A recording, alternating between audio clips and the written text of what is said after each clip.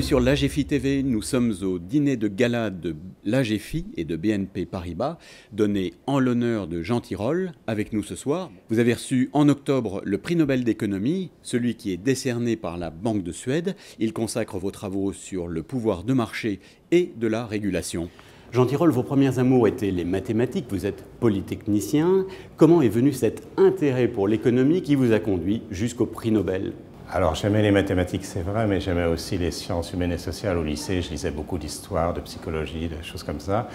Mais je ne connaissais pas d'économie, donc j'ai découvert l'économie à l'école polytechnique. Ça m'a passionné parce qu'il y a ce côté humain de l'économie et en même temps il y a la rigueur des mathématiques.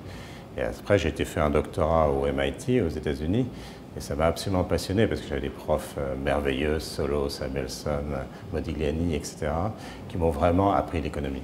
Je pense qu'il y a surtout une grande qualité scientifique des Français extrêmement bien formés, en particulier à Normal Sup, à Polytechnique, mais aussi dans d'autres endroits, qui après découvrent l'économie. C'est quand on voit par exemple ceux qui ont été primés par le FMI récemment, qui découvrent l'économie aux États-Unis ou en Angleterre, et après deviennent des gens extrêmement formés. Je ne pense pas qu'il y ait une spécificité française de l'économie, parce que les problèmes économiques se posent dans tous les pays du monde, un peu de la même manière. C'est vrai que l'économie française n'est pas du tout la même chose que l'économie anglaise, mais il n'y a pas de pensée économique française. Par contre, il y a des gens extrêmement bien formés qui sont très talentueux. La régulation est le problème numéro 1 dans l'industrie bancaire depuis la crise des subprimes. Comment voyez-vous évoluer cette industrie dans les prochaines années ? L'industrie bancaire a fait beaucoup de progrès, effectivement. La régulation a exigé plus de capital, plus de liquidité, ce qui est très bon, même s'il y a des points difficiles là-dessus. Du risque systémique, on se rend compte de l'importance du risque systémique, des dangers des marchés de gré à gré.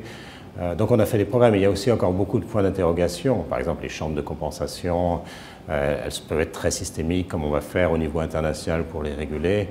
Il y a des questions sur la séparation structurelle qu'on n'a pas vraiment résolues. Il y a des questions sur les liaisons fatales entre banques et États, qui n'est absolument pas résolue en Europe, avec cette renationalisation qui peut être extrêmement dangereuse.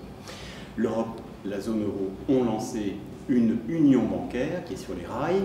Comment voyez-vous s'engager cette union bancaire après que la Banque centrale européenne ait pris les rênes de la supervision de ces banques? Alors d'abord, je dois dire que je suis très en faveur de l'union bancaire. J'ai toujours été en faveur pour plusieurs raisons. D'abord, on ne peut pas avoir des compétences très techniques dans le monde bancaire dans 27 pays de l'Union européenne, alors moins pour la zone euro, mais c'est important de regrouper les compétences et puis aussi de séparer les banques de leurs États. C'est-à-dire qu'on voit ce qui s'est passé par exemple en Espagne, où les Caras ont été poussés par le gouvernement espagnol et par les gouvernements régionaux à investir dans l'immobilier avec les conséquences que l'on connaît. Ça ne serait sans doute pas passé si la régulation avait été à Francfort. Alors maintenant, le diable est dans le détail et la question va être quelle indépendance vont avoir ces régulateurs européens vis-à-vis des autorités nationales. Et c'est vraiment important si on regardait effectivement une régulation effective, efficace, il faut vraiment que ça soit une agence indépendante européenne avec une mission européenne. Et les banques européennes vous paraissent aussi résistantes que les stress tests l'ont laissé transparaître en octobre 2014 ? Alors là, c'est un bon exemple de l'information asymétrique, c'est-à-dire que moi, je n'ai pas participé au stress test et donc je suis incapable de dire s'ils ont été bien faits. Je crois qu'ils ont été faits avec sérieux. Maintenant, on va voir ce qui va se passer. Les stress tests précédents n'étaient pas optimaux. Maintenant, c'est la crédibilité de la Banque centrale européenne qui en dépend. Il y a des détails, il va falloir réfléchir. En particulier, je pense que ces problèmes de liaison fatale sont très importants, puisque ça crée des cercles vicieux d'une certaine manière avec les banques qui souffrent quand il y a des attaques spéculatives sur les États qui ont besoin de les renflouer, qui se trouvent encore plus mal, etc. etc. Donc c'est des choses qu'on n'a pas résolues, mais je pense que les stress tests sont vraiment un premier pas très important.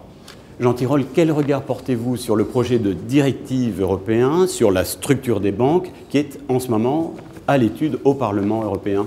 C'est un sujet sur lequel les économistes n'ont pas beaucoup travaillé, pour être honnête, même si une des propositions les plus intéressantes a été faite par John Vickers, qui est un économiste à Oxford maintenant. de séparer effectivement les activités de détail et les activités d'investissement et de spéculation. Alors, sur le fond, évidemment, c'est sympathique de vouloir protéger les activités de banque de détail, les déposants, évidemment les prêts aux PME, des aspects plus risqués. Mais il y a des doutes quand même assez forts sur la façon dont ça va marcher. Parce que d'abord, on a vu que beaucoup de faillites étaient dans des banques de détail pures ou dans des banques d'investissement pures. Et de fait, on comprend très bien pourquoi, parce qu'on peut très bien, dans une banque de détail, prendre des risques à partir de la fonction de hedging, à partir de l'immobilier, à partir de beaucoup d'autres choses. Donc, de produits garantis, par exemple, c'est une autre possibilité. Donc, on donne des garanties. Et évidemment, on doit faire du reaching for yield, comme on dit, si les taux d'intérêt baissent. Donc, il y a beaucoup de risques dans la banque de détail, il y a beaucoup de risques dans la banque d'investissement. L'autre point qui est délicat, c'est effectivement, si la banque d'investissement se casse la figure, est-ce que vraiment il y a une crédibilité à ne pas la renflouer? Et on a vu qu'aux États-Unis, évidemment, les banques d'investissement ont été renflouées en 2008 quand même, alors qu'elles n'étaient pas régulées. Donc, pour l'instant, je trouve qu'on n'a pas une compréhension très profonde, nous économistes, de cette séparation structurelle. Et il faut aussi réfléchir aux conséquences d'équilibre général, si je puis dire, en jargon technique. Après tout, qu'est-ce qui va se passer? Ça veut dire qu'on met plus de collatéral d'une certaine manière dans les banques de détail. Qui va faire la banque d'investissement? Est-ce qu'on va avoir de plus en plus de shadow banking, etc., etc. Tout ça, c'est des choses sur lesquelles les gens pourront travailler. Donc les réformes sont parfois un peu prématurées. La zone euro connaît une phase difficile. Quel est l'avenir que vous lui voyez dans les prochaines années? Alors sur la zone euro, effectivement, on a des problèmes que l'on connaît, avec une Europe du Nord qui a fait ses réformes, qui a un chômage faible, une Europe du Sud qui n'a pas fait ses réformes, ou très peu, et qui maintenant a une dette considérable.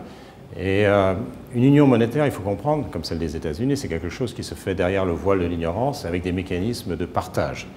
Donc effectivement, quand un État américain comme la Californie a des problèmes, les autres États, automatiquement, par des mécanismes de partage, vont partager avec la Californie, c'est des mécanismes d'assurance. Mais ça nécessite un certain nombre de choses. D'abord, un budget commun qu'on n'a pas en Europe. Et ensuite, il faut aussi des lois communes. Donc prenons un exemple sur le chômage. Sur le chômage, on voit mal l'Europe du Nord, les Scandinaves, les Allemands, etc., donner de l'assurance chômage commune, avoir de l'assurance chômage commune avec l'Europe du Sud, dont les institutions créent énormément de chômage. Donc là, il faut aussi des lois communes si on veut avoir une Europe. Et d'une façon plus générale, comment voyez-vous évoluer la croissance? On parle beaucoup de stagnation séculaire. Est-ce que pour vous, ça a un sens? Alors la stagnation séculaire, c'est la baisse des taux d'intérêt. Donc les taux d'intérêt étaient à 5% dans les années 80, puis après à 2% dans les années 90, en gros, hein, au niveau mondial, puis 1%, et après Lehman, moins 1% en termes réels. Donc on arrive à des taux d'intérêt qui ne peuvent plus équilibrer le marché parce qu'effectivement, il y a le zero lower bound, c'est-à-dire le plancher sur l'intérêt nominal qui ne peut pas descendre en tout zéro ou très peu. Et donc, on ne peut plus baisser les taux d'intérêt. Donc, il y a un mismatch entre l'offre et la demande d'épargne et il n'y a plus d'équilibrage possible. Donc, à partir de ce moment-là, qu'est-ce qu'on fait? Parce que, d'abord, la politique monétaire ne peut plus marcher puisqu'on ne peut plus baisser les taux d'intérêt pour relancer la croissance. Il faut aussi comprendre les causes. Donc les causes, c'est effectivement un problème d'offre et de la demande d'épargne. Donc du côté d'offre, ça veut dire qu'il y a moins d'actifs sûrs. J'ai des collègues au MIT et à Harvard qui ont estimé par exemple que les actifs sûrs au niveau mondial ont baissé de 37% à 18% du PNB. Tout simplement parce qu'il y a beaucoup d'actifs qu'on disait sûrs, comme l'immobilier ou les obligations souveraines, qui sont plus sûrs. Voilà, donc il y a moins d'actifs sûrs. Et par ailleurs, il y a aussi moins de croissance, qui aussi limite les actifs sûrs. Et en même temps, il y a plus de demandes. Donc il y avait la demande chinoise des années 2000, qui a évidemment alimenté la crise des subprimes. On a aussi une demande en Europe et un peu partout dans le monde. La durée de vie augmente, l'âge de la retraite diminue, donc les gens doivent épargner de plus, au niveau collectif, doivent épargner de plus en plus pour l'avenir. Et donc, ça pose des problèmes. Alors, qu'est-ce qu'on fait maintenant? C'est compliqué. Alors, il y en a qui vont proposer plus de relance budgétaire, il y en a d'autres qui vont proposer de l'inflation. L'inflation aura du sens. Le problème, c'est la crédibilité de la Banque centrale européenne. C'est quand même assez délicat au moment La Banque Centrale Européenne s'était acheté une crédibilité de passer à un système de 4%, mais c'est une possibilité, je ne veux pas l'exclure. Mais surtout, je crois qu'il faut faire des réformes. C'est-à-dire qu'il faut faire des réformes qui vont créer de la richesse, qui vont redonner confiance, qui vont créer de l'emploi et des titres qui vont pouvoir s'échanger.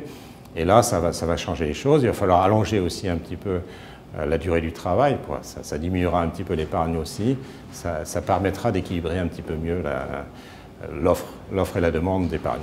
Réformer le marché du travail? Réformer le marché du travail, bien sûr. On sait que dans tous les pays de l'Europe du Sud, on a un chômage réel, officiel et déguisé qui est considérable. Et pire, c'est du chômage de longue durée. Donc le chômage de longue durée a des effets de long terme, et pas seulement des effets de court terme. Ça sort un certain nombre de gens du marché du travail, ils perdent leur qualification et pour la société c'est extrêmement coûteux. C'est ce que Summers et Blanchard appelaient le eurosclerosis. C'était en 86 et maintenant qu'est-ce qu'ils diraient? Jean Tirole, de grandes entreprises soutiennent la fondation Jean-Jacques Lafon, qui est le poumon financier de l'École d'économie de Toulouse, BNP Paribas, La Poste, Crédit Agricole, je ne les cite pas tous. Comment, en tant que chercheur, faites-vous pour préserver votre indépendance? C'est une très bonne question. Alors, on a beaucoup gagné à interagir avec les entreprises et les administrations aussi, qui nous ont d'abord aidés financièrement, bien sûr, c'est un élément important, mais aussi, ce qu'on ne comprend pas toujours, c'est au point de vue intellectuel, on a aussi beaucoup gagné de nos interactions avec les entreprises, avec les régulateurs, avec les banques centrales, etc. Parce qu'on est dans notre tour d'ivoire. Et donc, ce qui est intéressant de regarder, c'est le scientific background du prix Nobel, les 52 pages qu'ils ont écrites sur la contribution. Et il y a pas mal des contributions que j'ai faites qui, en fait, proviennent d'interactions avec le monde économique. Alors, vous posez la question de l'indépendance, qui est une question absolument cruciale.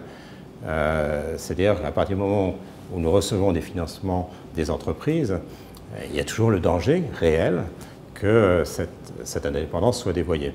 Donc, la façon dont on a répondu à ça à Toulouse, c'est plusieurs choses. La première, c'est un contrat clair depuis le début. C'est-à-dire que les entreprises, on leur dit, voilà, on veut publier, on publiera ce qu'on trouvera, que ça vous plaise ou que ça ne vous plaise pas, on publiera, sauf s'il y a des données confidentielles. Voilà, donc un contrat clair, et automatiquement les entreprises qui s'associent à Toulouse, c'est les entreprises qui sont prêtes à jouer ce jeu. Et effectivement, elles ont joué le jeu de façon remarquable. Ensuite, on a l'obligation de publier dans les revues internationales. Donc quand vous voyez les articles dans une revue internationale, ça va à un comité de lecture, à des gens qu'on ne connaît pas, qui vont juger la qualité de l'article.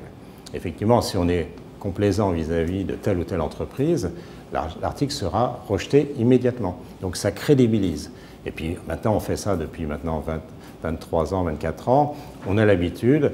Et finalement, pour nous, ça a été tout bénéfice. Il nous aide aussi dans la gouvernance, puisque vous savez peut-être qu'à TSE, il y a effectivement sur les 15 administrateurs, il y a 5 administrateurs qui viennent du monde économique, donc, dont le président du club des partenaires, Michel Pébreau, et qui nous donnent des conseils. Ils sont minoritaires, ils n'interviennent jamais sur les questions scientifiques, mais par contre, ils nous donnent des conseils ou nous tapent sur les doigts si on fait des bêtises, par exemple avec le brand name de TSE ou d'autres choses.